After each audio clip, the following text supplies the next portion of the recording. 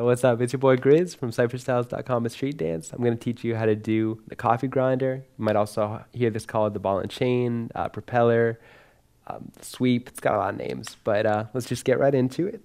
What you're going to do is swing one leg around to the front.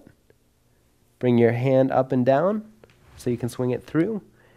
Bring your other hand up and down, and then hop your foot over it. So as the foot travels in front of you, you're going to pick each body part up as it travels and put it back down so you can keep your balance.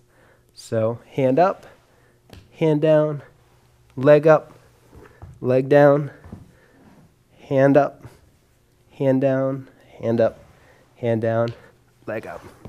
So you want to practice isolating just each one of those spots, get used to just hopping over it, and then once you get good, get comfortable with that, you can do them quickly in sequence.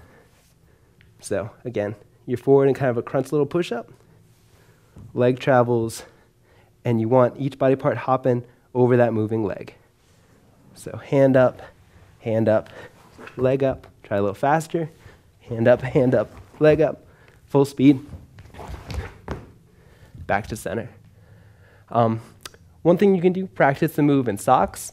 You can do it on a nice, smooth linoleum or tile floor, and it's going to be a lot more forgiving as you swing your foot around on the ground. There's a lot less friction, so you'll be able to swing it, and even if you brush the ground, you won't lose speed.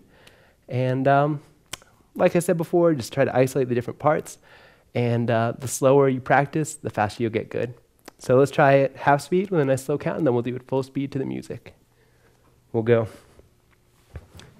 1, 2, 3, 4, 1, 2, 3, 4, 1, 2, 3, 4, 1, 2, 3, 4, 1, 2, 3, 4, 1, 2, 3, 4, 1, 2, 3, 4, 1, 2, 3, 4.